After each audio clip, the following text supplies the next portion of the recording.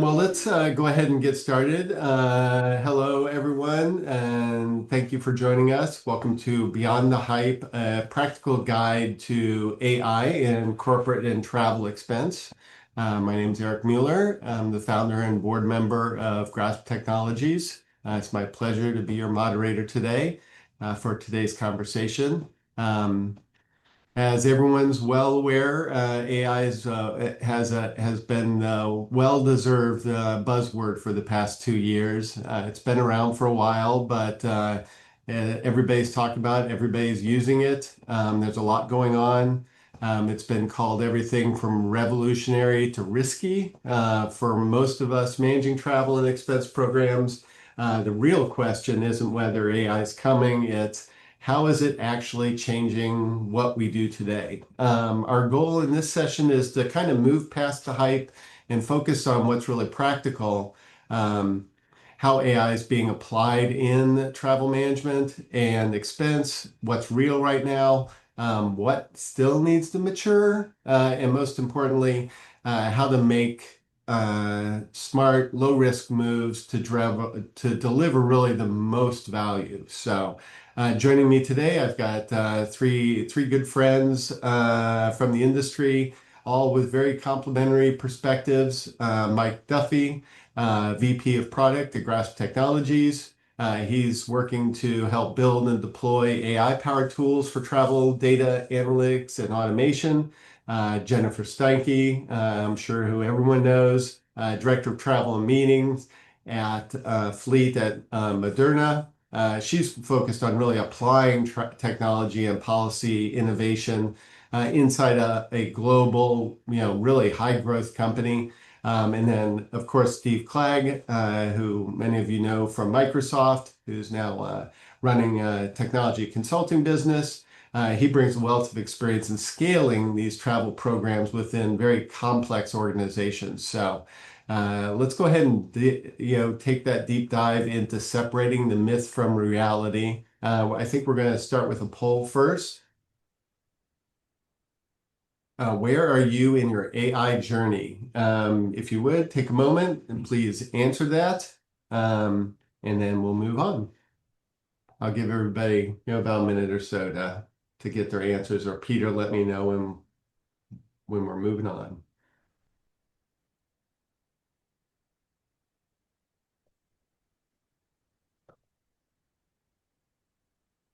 We are just about there. I think we're good to go. All right.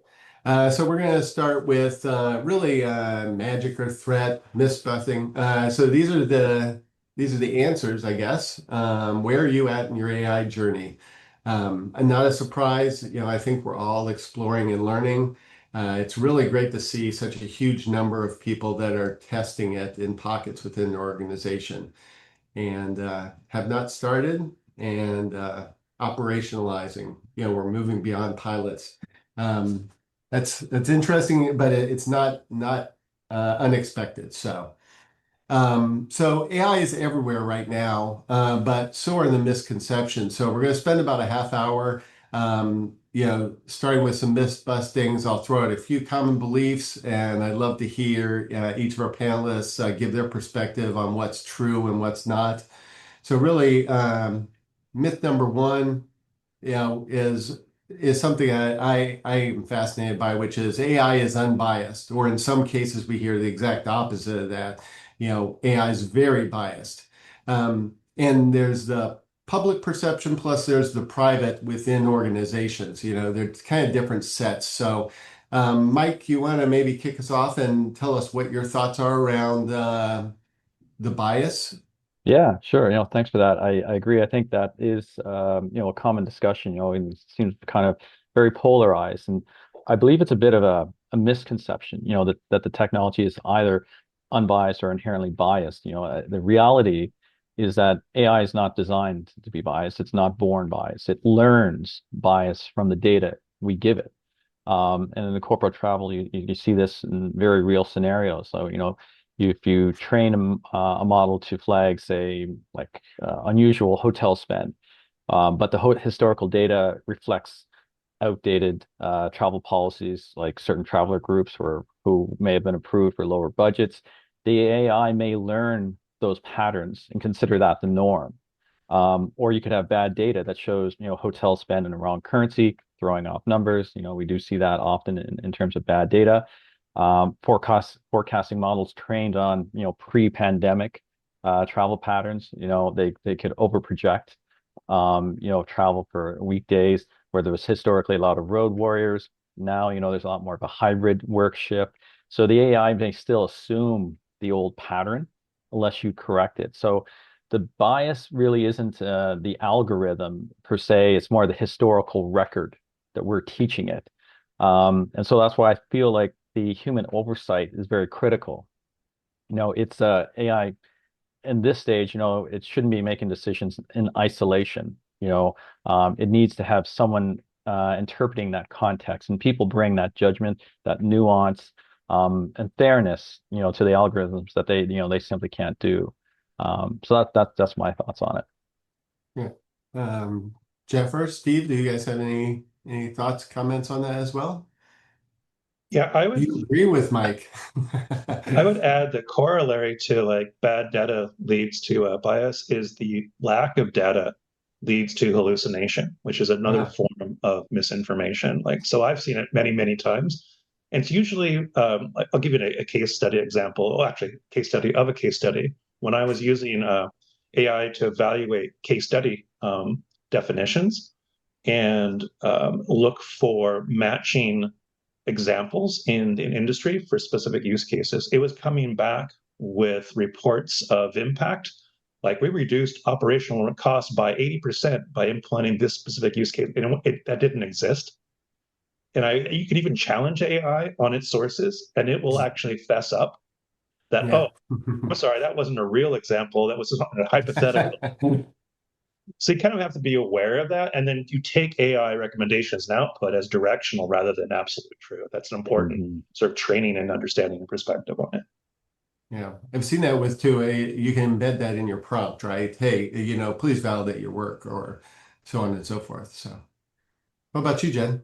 Eric, I think it's interesting when you look at it through two lenses. When I look at it in my work environment where I have control of the data that's being input and I have control of what I want it to do, there's probably less bias than if I'm out in an open public environment, right? Because it's learning from everybody else, right? And so, the number one thing you learn is to make sure you turn off that you're not, sharing with everyone everything that you're doing in AI. As a security measure, because a lot of that bias is going to come from other people's perspectives. And as the machine and the large language models learn from everybody, that I think tends to maybe potentially create more bias, where I think I have less of it, maybe in a more controlled, secured, private environment within the organization. So it looks very different depending on where you're tapping into the data.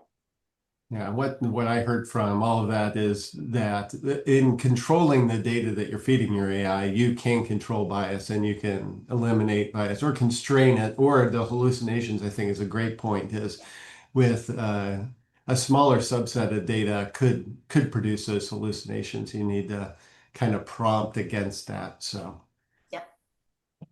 Let's move on to myth number 2 in our list here.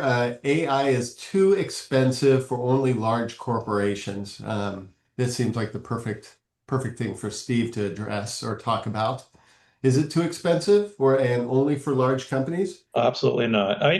AI is not a luxury reserved for Fortune 100 companies. I don't believe that. The reality is that, there are a plethora of free Gen AI tools out there already for everyone to start using. Additionally, AI is increasingly being embedded in the tools we already use. So it's prevalent, and it's not just for large budgets. From expense platforms to booking tools, we're seeing it implemented, integrated, and even small teams can unlock value without massive budgets. Now, for teams that want to implement their own sort of AI solutions, be it custom internal or products they're developing, the keys for them to start at low cost is with targeted use cases at low implementation costs, and using a lot of of tools and platforms that are out there for constructing low-cost AI solutions that deliverable, measurable ROI. And I think the real sort of focus here is it's about smart moves, not big spends. Yeah, I like that. Jennifer? Yeah, so for me, you look at I look at AI like electricity, right? Companies existed before electricity, but look at how much advancement we had because of electricity. And I think we need to look at AI the same way. You've got to make some investment in it. And Steve's right, there are free tools out there, but we have to worry about the security and the privacy and stuff of those controls. So that's an investment. You wouldn't turn the lights off in your company and think you could still operate. And I think people need to look at AI in the same way. Like if we aren't embracing it and turning on the AI lights, then we are going to be left behind. So, I think people should look at it a little bit more like, how much more can it do for us? And that investment is going to be, however many fold at the end of the day. What do you think, Mike? I mean, I feel like AI is, it has removed a lot of the barriers that used to, pre-exist, whether it was, adopting a new ERP system, or migrating to different platforms, or like even back in the days when we used to have to buy hardware. I mean, the capital expense is non-existent, and there is only generally a small or sometimes free with AI on using it. So you can get some really small, quick wins and build upon that. You can iterate and definitely get some great wins. So I think it's quite the opposite. I think it's more of a broad spectrum that it can benefit not just large companies but mid-size and small, very even like startups or even just a kind of a small, very, very small one-man sort of show. If you're just doing a one sort of person company, you can probably get some nice wins from having AI help you with your business.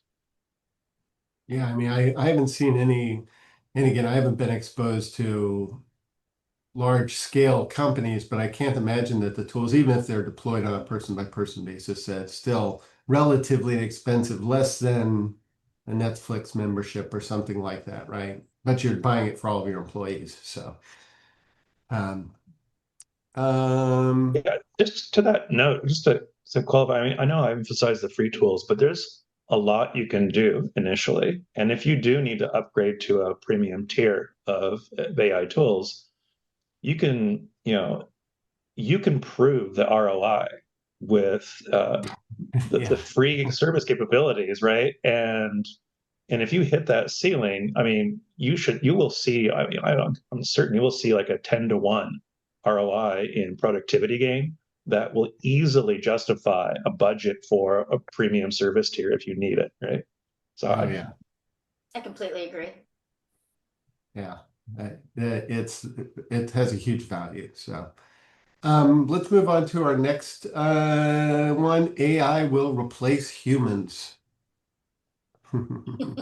No AI will ever replace Jennifer. Jennifer, thought? I don't know. You never know. No, Eric, this comes up a lot. Like, oh, are we all going to lose our jobs in corporate travel because AI is going to do all these things? But, AI is only as good as the information we feed it and what we do, and it needs that human aspect to make it better. Are there going to be some potential, maybe more entry-level jobs that it may be able to replace? Yes. Is it going to replace humankind? No. Right? I think we just need to find that balance. I think what it does is it makes humans more productive. So I can do more in my workday. I can get more analysis done quicker. I can maybe, if I'm in procurement, do more RFPs because I'm not spending as much time, weeks and weeks trying to analyze data and responses and things like that. Can I make my travel program more efficient? Can I drive down costs? Yes. But we are still humans servicing humans, and AI is just powering us, much like I said before, with like that electricity in order for us to be able to be better humans. That's my perspective. But I've heard others in the industry say, yeah, tons of our jobs are all going to be gone. And I'm like, that doesn't seem right. It doesn't feel right because we are not a widget. We are humans, right? And we are traveling to be with other humans and do these things. And so I think it's going to just make us better. Is that really, Jennifer? Or is that an AI speaking? Well, it's really me. What do you guys think about that? I was going to say, I think there's this whole discussion is powered by your philosophical sort of base position. Like you're either a pessimist or an optimist, typically, right? Yeah. And either you think we're all going to become human batteries that power the AI overlord, or you think that we're going to evolve as cybernetic realities and become enriched humans through, powered digital means. And I tend to believe on the more optimistic view that, and I think it's an important perception. Regardless, we do absolutely need ethics and responsible AI in place, and I think a governance is important, right? But with that perspective that we believe and we shape and direct this direction, this implementation to enrich and enhance the human condition, right? The intention is not to replace, but to power the human, right? And we see this very functionally, very obviously in cases where roles are freed up from operational firefighting to spend more attention on strategic initiatives and more sort of powerful human engagement, right? And so that is a plus, and that's what we're seeing mostly result from this, right? Yeah, but governance is still very important.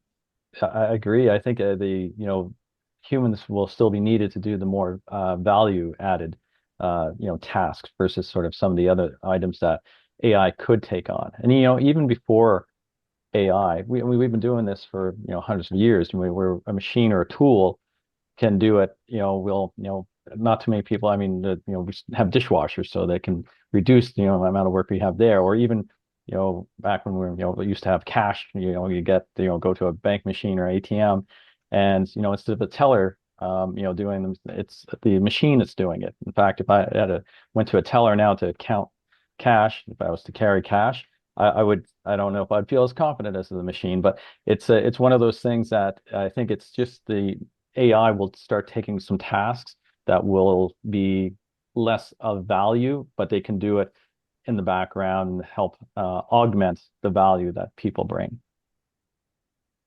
Yeah, I totally agree. You look at the steam revolution, the electrical revolution, the computer revolution.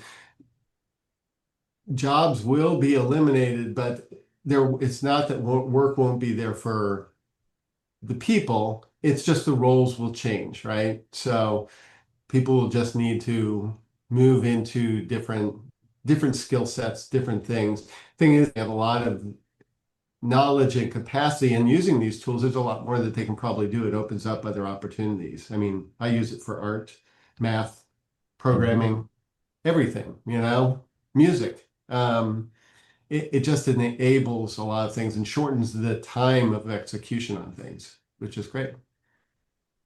I love how we've kind of reframed it there, more talking about fear or fantasy. It's really about using the tools wisely. So let's kind of transition from myth busting to what actually looks like when it's working well. And you guys all have different perspectives on that. So let's talk about the concrete things, specifically around travel and expense, if we can. Mike, let's start with you. Where do you see AI delivering tangible results right now in the near term when it comes to T&E management?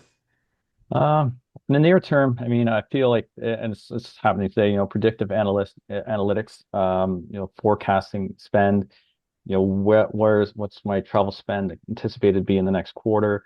How does it impact the budgets? What if there's a shift to more virtual meetings? The AI models can quickly provide some analytics on that based on a variety of variables. So I think that one is kind of like the here and now, as well as the conversational AI for this Q&A, chatbot interfaces, and moving beyond like resetting my password stuff. It's why was my hotel expense flagged, or what is our preferred supplier in Chicago, that sort of thing. or how much did our consulting division spend last month? I think those are very much in the here and now, but it is evolving so quickly, looking slightly ahead into 2026.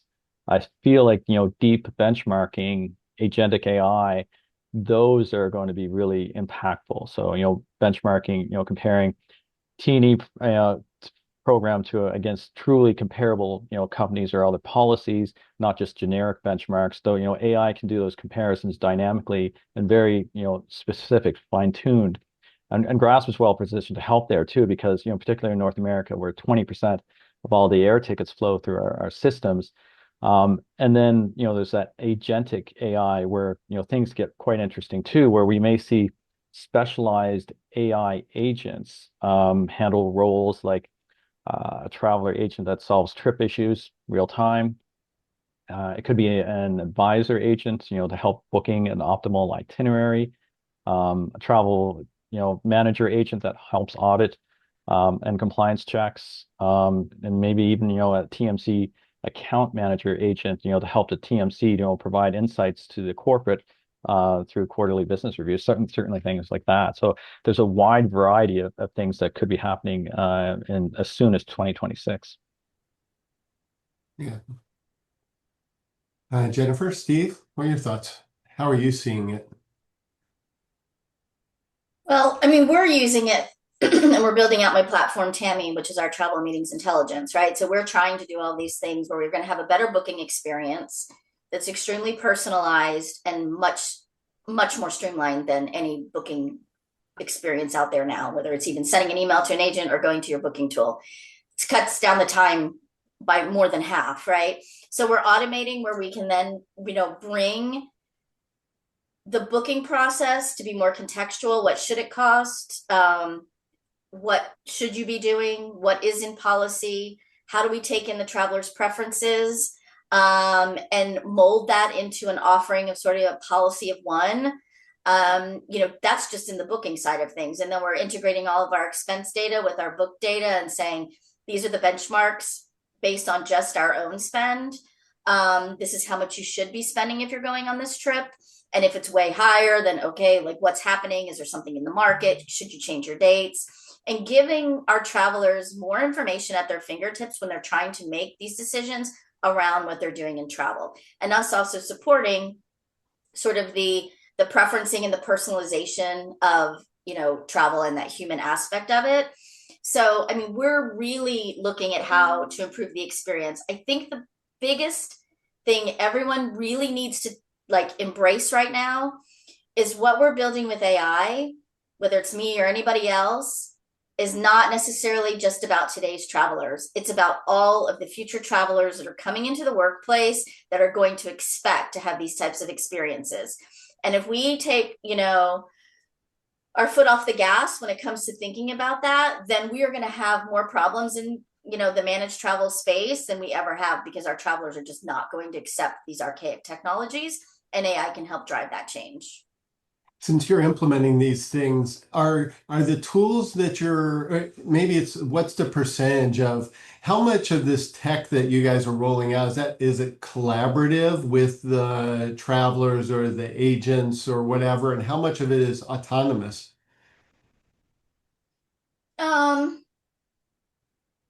I think there's a blend there, right? I mean, we're just in our initial pilot with our booking platform. So, I've got people booking on it now. We've there's parts of it that are automated and there's parts of it that are very personalized, right? Like, do you want this? How's that? Very natural language. I think there's things that we have to kind of automate and just stick into play to make it work. And there's other things that are very interactive, right?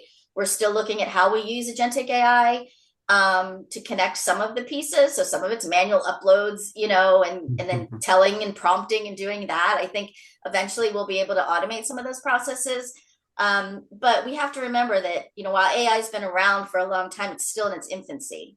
It's still super young. And so, everything that we're doing, we learn new things, every day from the experience that our travelers are having. And Erik, I'll add to that too. Even in your most standalone automated use case, you need to engineer human in the loop, because this is all built on a concept or a promise of continual learning. And you can't have continual learning without the source of learning input, which is humans, right? And so, Yeah. so yeah, even in the most autonomous sort of processes need to have clarity in the transparency features, the reporting and auditing capabilities, so that humans can be prompted with the results and feedback and direct. It's because you're going to feed all that, information back in to improve, correct, and optimize even the most automated components. So whether it's your entire employee base or it's a group of selective sort of channel managers or data scientists that are responsible for that, there's always going to be a need for human in the loop and a need for transparency and visibility into the decision process of that automation. Yeah.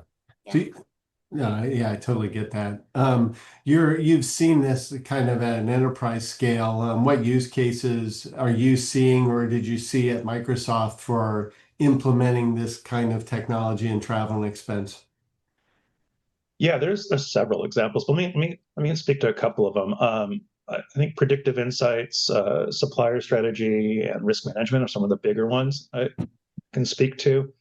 And across these initiatives, really the strategic goal for AI to evolve is to move us from reactive firefighting to predictive, data-driven strategy and action automation, right? And in prediction, I mean, you looked at different types of predictive models around spend forecasting, carbon footprint pricing, trip pattern analysis.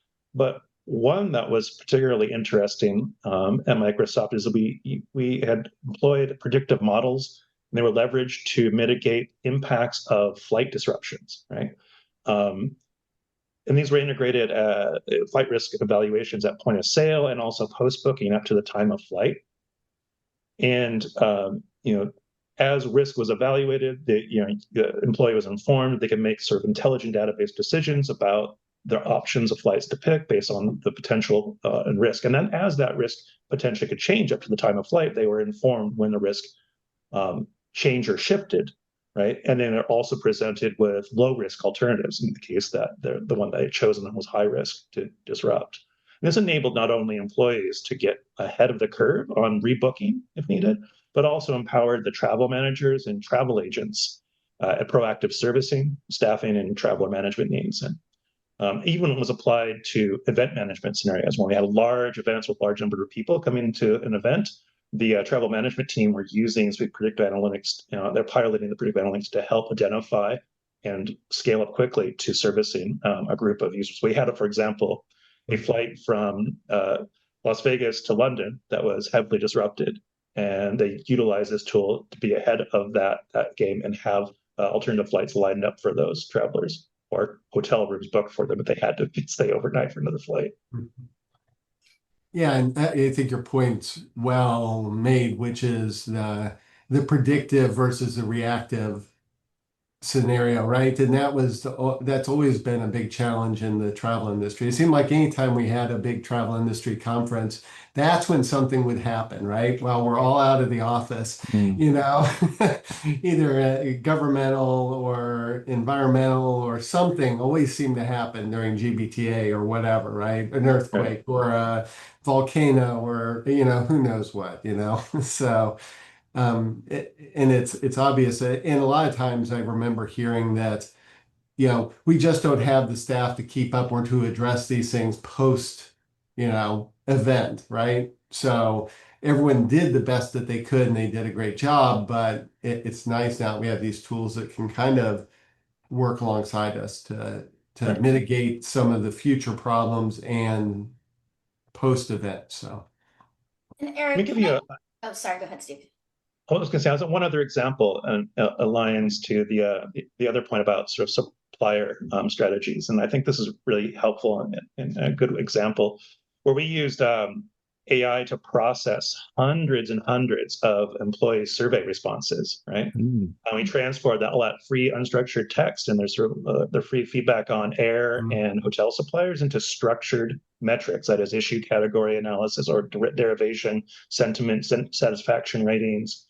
And we turn those into metrics, unstructured data into structured data that can be tracked as trends over time, right? And then these insights were, used in supplier negotiations to drive improvements and secure sort of optimized deals. Let's say, for example, we got tons of complaints from one airline in regards to one airline regarding seat assignments, and knowing that they were able to go to the table and negotiate in preferred seating as part of the corporate rate, right? So this resulted in way more efficient sort of process than manually parsing hundreds and hundreds of verbatims, right? Yeah. Because that could have been a year-long project, right? And now an initiative like that may take a couple of days, Right. if that. That's exactly right. As a proof of concept, it didn't even take a couple of days. It took like an hour. And the data and the charting and the diagrams were all generated. It was great. And it was like, okay, this is a proof of concept. Now to productize that, or not productize that, to productionize it into sort of continual analysis of incoming data would be a project that you would require a little bit more investment in, but still very affordable and doable. Huge benefit and outcomes.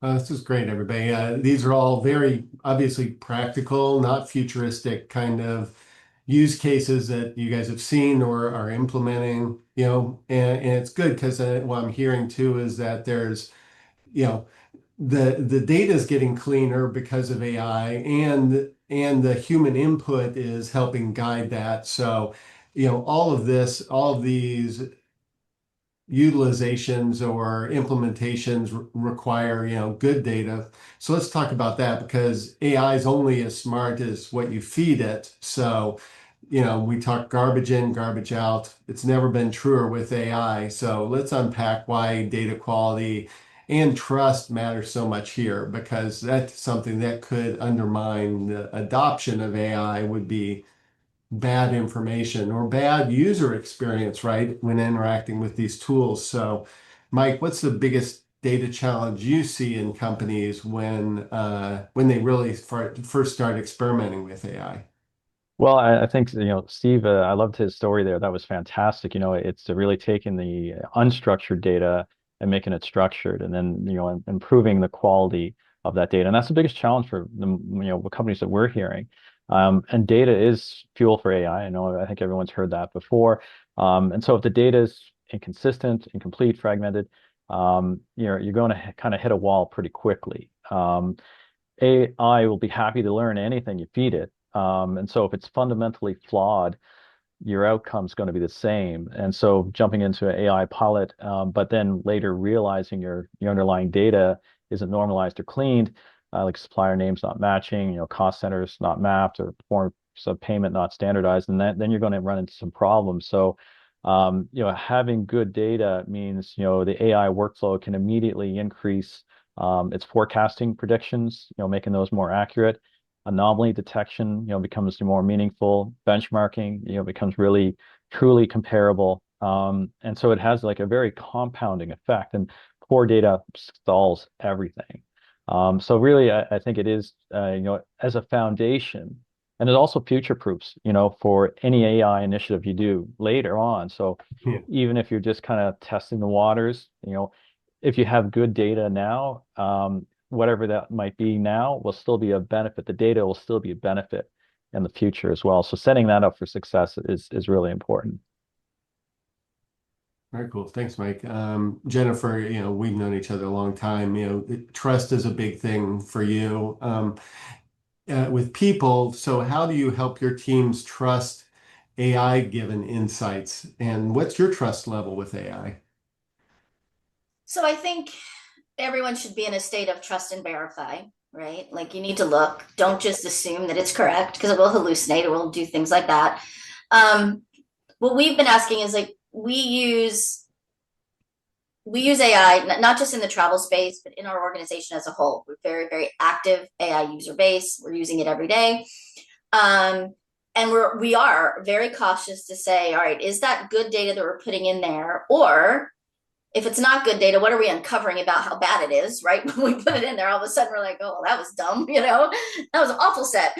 But, we're using it for a lot of, analysis and stuff within the organization across the board. But we are validating, we are trusting and verifying, we are kind of taking that human aspect, right? back to what the model's delivering and saying, does that seem right? I did a big RFP analysis. I didn't have time. And I was like, here, I threw it all into AI. I said, tell me who's the best one, where's the best cost, who meets all of our needs based on the questions. And then I took, a gut check literally and been like, oh, yeah, that actually looks good. You know what I mean? Because I've been around long enough, I kind of know, right? And then if it's really detailed, I'm always going to take a deeper dive into that. So trust and verify, I think, is really, really important, no matter what you're doing in the AI world. And it will continue to get better. But I think, to Mike's point, what you put in, sometimes what you get out of it, right? So you want to make sure you're setting yourself up for success. I think that's really important. You made me think of kind of a follow-up question to that, which is, as people use AI tools more and begin to trust them more, do you think that could become a problem in that? Because you mentioned that you had that gut, right? We've been in the industry a long time and we have certain institutional knowledge. What happens to people who are growing up in the industry and they just don't think, right? It kind of like the old TI calculators, right? They were always afraid to use them in classes because kids wouldn't learn to do math, right? Are we going to see the same thing with AI? And could we be deceived, or would we just accept that the results we're getting? Is that a risk factor? I think it's a huge risk. I mean, I see generations of people today saying they're going to marry their AI partner. So that scares me to death, right? I mean, I'm like, whoa, what's happening here, buddy? Like, we got some other issues we got to address. But I do think, I think that's a risk all the time. That's a risk right now, right? We can pull reports out of Grasp and then put together a spreadsheet or whatever, and you send it to your CFO, and the next thing you know, he's going to find that one mistake in that one report, and you're like, well, shoot, you know what I mean? And I think it's the same situation. It's just going to make it easier for us to get to the data, but there is definitely a risk to that. I would hope that,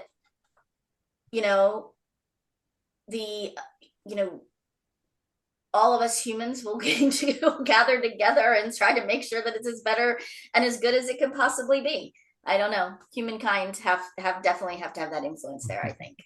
Yeah, sorry, I took a little bit of a tangent there, but Okay. that idea popped into my head and kind of scared me a little bit. But Steve, you're out in the marketplace talking to a lot of people about this. So what is it on the human side? What makes adoption of these tools stick? What is it that when you help people with these things, what really works? What gets the people involved and engaged and that kind of stuff? Well, yeah, it's good. And adoption is always a challenge in any tech launch or product launch, right? But I think AI adoption, it's important to understand that it's not just a technology project, it's a people project, right? And success in that really depends on those people-centric systems and mechanisms, clear communication, continuous feedback, and I think governance frameworks, dovetailing what we just mentioned before, that that build trust. And trust is the linchpin here for AI success and adoption. AI solutions, they need to engineer transparency and empathy from the start, right? If employees see AI as a partner, not a threat, then adoption accelerates. Absolutely, right? And I think, there's some examples. For example, at how you present AI projects, either as a product company or internal solution developer. I just recently talked to a friend in a pharmacy company, and they rolled out AI expense auditing by positioning it in a way very clearly to free auditors for fraud investigations, right? Not to replace them, but to free them to do more deep stuff that they need to do, that was hard to find and budget for with time restrictions. And adoption soared amongst that user base, right? Because of that positioning of how it enabled it to do more, right? And so trying to think of another good example. Oh, I know. I think, yeah, feedback loops are a big one too. I think we mentioned him this before too, and it's one of the Microsoft projects I was working on. The feedback loops between the employees and the travel managers and the data scientists had a significant impact on the accuracy, the success, and the trust building around the AI outcomes and outputs, right? And I heavily contributed to like the sort of productivity improvement or cost savings that we saw. For example, the help desk solution that basically was designed to answer all these level 1, level 2 help desk cases, right? At launch, it was rough, but very quickly iterated through feedback and continual learning to be very successful and reduce all help case volumes by about 50%. Right? So huge. But a very important aspect to adoption is involvement and be recognizing the human condition as part of that project. Yeah. Well, that's a powerful message. The technology implementation succeeds only when the people, trust and understand it, right? And education. So let's turn it over. Let's take a second here and turn it over to the audience again. And let's pop up another polling question. Where would AI provide the most value in your corporate program? Hey, Eric, can I mention something while we're doing the poll? Absolutely. You know what my fear is? You said there's a fear about the risk, about the trust. My fear is that as an industry, what we saw in our first poll is people are just exploring, right? I'd like to see more people embracing and not being afraid, and to trust that you can lean in on AI and improve your program, improve your own life, right? Our work-life balance, all these things. Yeah. We all don't have programs the size of Microsoft. So I don't want buyers to be discouraged. Like, well, I don't have a staff of people. I don't have a data scientist. I don't have any of these things.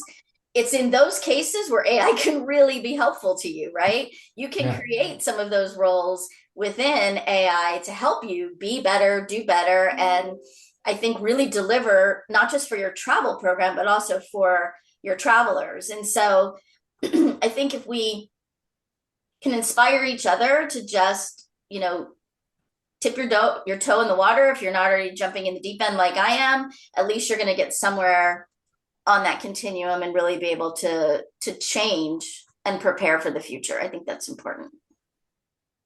Absolutely. Yeah. I mean, I've worked at big companies. I've worked I'm helping some startups and that now, and it's amazing the busy work stuff. And I always like to go deeper into things, and I just don't have the time. And by leveraging AI tools, I'm able to do the things that I've always dreamt of doing, right? By leveraging these tools. I still have to think up the questions. I have to give it the things, and I ask it, what am I missing? What am I not thinking of? And it takes my skills to a new level. And I learned things in conjunction with the machine that maybe I couldn't have explored before because I was hand typing things into a spreadsheet, or copy and pasting data. All these low-level tasks that I used to do in a project is now a click away, which is amazing. Yep. So the results of our poll: predictive forecasting, and handling anomalies. That's great. Budget enforcement. That's surprising. I would have expected that to be a much higher number. But maybe that'll come more with agentic AI. Duty of care is always, a big part of what we do as an industry, right? That's our primary objective, it seems. So, so let's go ahead and open up the floor at this point. Please use the Q&A chat to submit questions, and we'll read them out. I don't know if I can see the questions or not, Peter or Mike, but maybe if you guys can help me with that. You should be able to, but I will happily read them out. We have one pretty interesting one here. Would you knowingly trust an employee whom you know is hallucinating?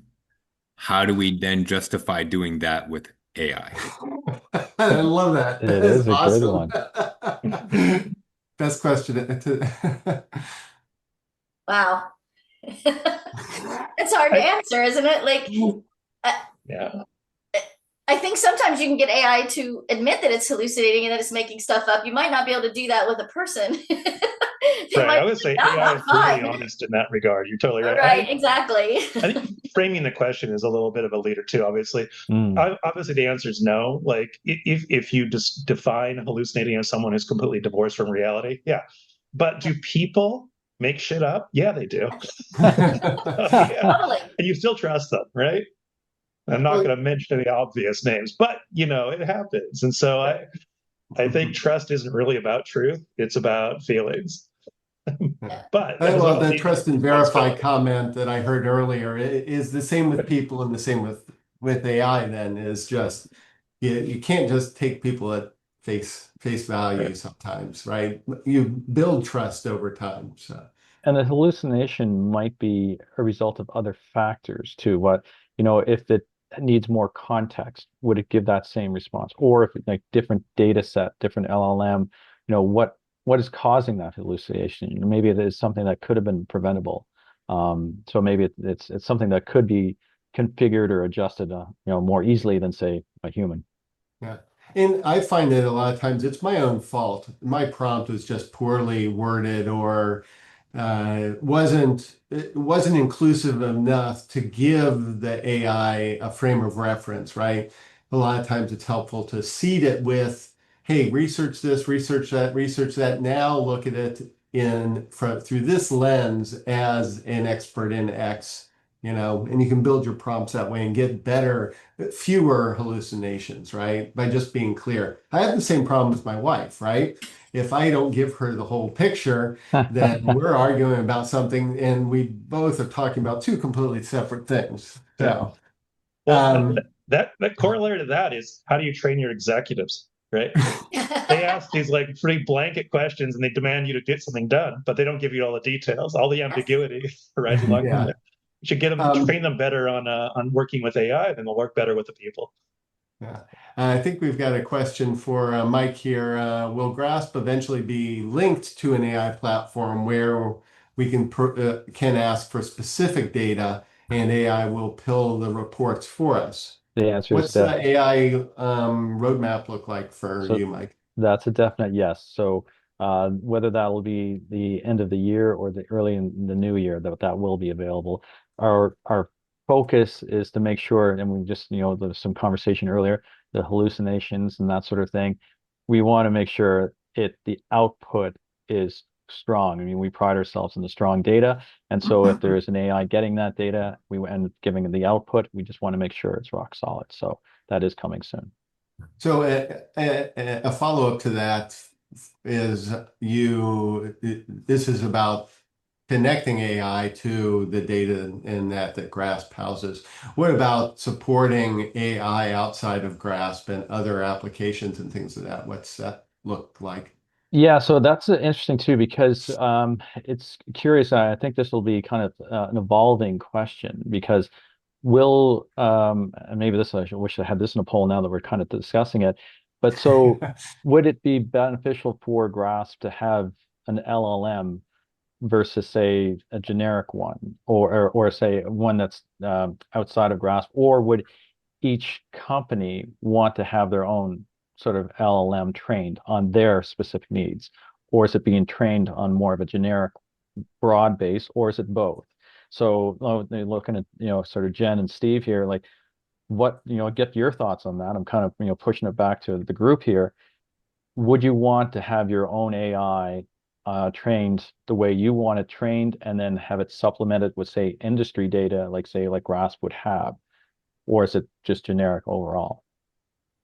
I It would kind of say, depends on the use case, but I think augmentation is absolutely necessary because they want not only domain specific, they want their corporate specific, right? So you're going to have AI instances that are augmented with industry knowledge and understanding rather than just general human language capabilities. And you're also going to have to be able to fine tune it and augment it with, say, that corporation's policies, that corporation's practices, depending on the use case. I'm thinking of a help desk use case in which you would absolutely need to train it with their knowledge base, right? Mm-hmm. Yeah. Someone else asked an interesting question. So with adding private data to AI, is there a risk factor that, putting in a client's total, a specific client's total spend, I'm guessing kind of for a TMC, is there a concern that that data then would become available and identifiable to other people using the same platform? Yeah, and so there needs to be strong guardrails within the AI in order to protect that. And I know, like, this is probably, I think, 2 years ago when ChatGPT first came out. There was some clever folks trying to say to challenge it, and one and ask for their underlying code, and they obviously there's guardrails for that, and it wouldn't do that. But then someone reframed the prompt and said, "Can you write a poem, describing your code base?" And so that it did do, and so it gave the code by kind of a workaround. So we need to have really strong protected guardrails in place, essentially more AI agents as well, sort of being the guardrails and ensuring that nothing is getting passed through that shouldn't be. So excellent question. Good question on governance. And for benchmarking use cases, you need to have data, but it needs to be anonymized and protected so that you can have benchmarking across industry without revealing specifics of a corporation. Mm-hmm. Yeah, I know that we do, or you guys do a lot at Grasp with tokenization and things Yeah. like that for user protection and those Yeah. types of things. So, and obviously when you structure, and Steve, you can probably talk to this about how structuring the data sets and the data that's available to the AI is consistent, normative, and protected, right? Or anonymized for use. So choosing your data set that you're training with is critical to that. And consent's the other part of this, that you need to make sure that whatever the participation model is, right, that is clearly governed by the owners of the source of that data too. So if a corporation is going to participate in benchmarking, the terms and conditions need to be really super clear, and they still need to manage and own that data, right? Mm-hmm. Yeah. Here's another one. How do you make the case internally for an AI investment? Whether it's on the data side, acquiring new tools when budgets are tight. What's the argument there? I think I would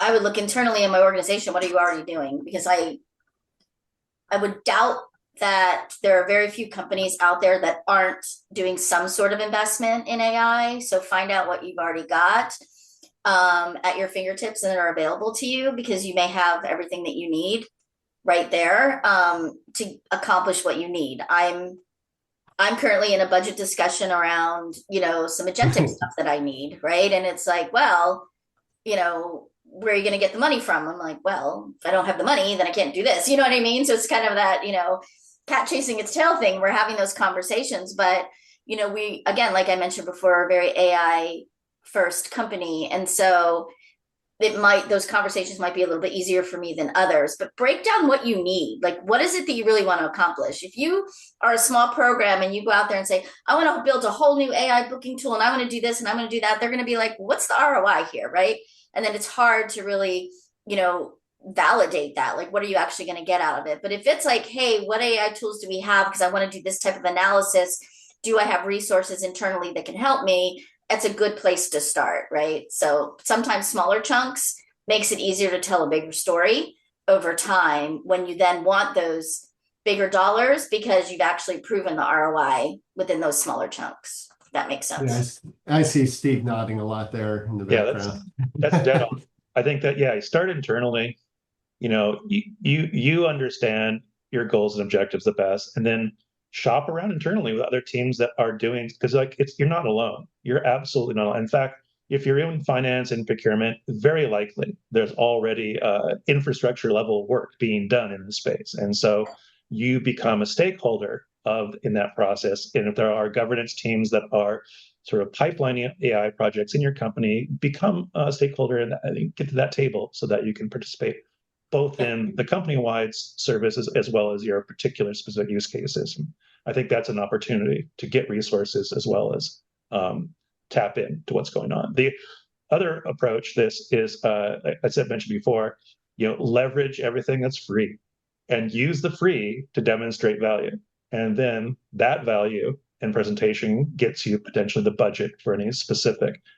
Third thing, you don't have to do it yourself, especially if you're small. You should be putting the pressure on your suppliers to do it. And you can bring them the clarity of requirement and user bodies and use cases to help drive and participate with them on their solutions.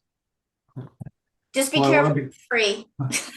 Putting big sets of data out in like ChatGPT in your home environment, and then I mean, understanding that there could be downline ramifications to that. So make sure you're living within your AI governance and privacy stuff. Absolutely. I'm sorry, and you're totally right. I mean, and all my examples, I actually had segmented or dedicated environments that I was doing this, and they were free, but they were dedicated and segmented. So yeah, totally. Sometimes it's just a setting, right? So look for that, and obviously reach out to somebody like Steve or other people that are in the industry and doing these things to assist you if you're uncomfortable with how to get started. I want to be sensitive to everybody's time. I know everybody's taking time out of their day to come today.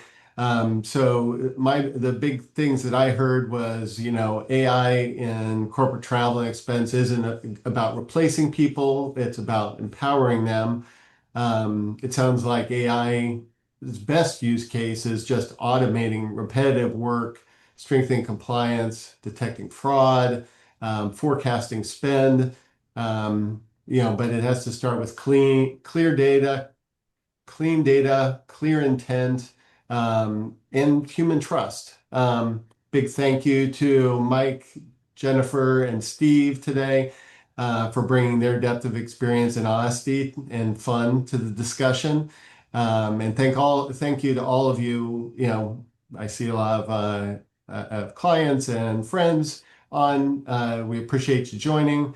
If you'd like to learn more about how Grasp can help your organizations get ready and get AI going, just drop us an email.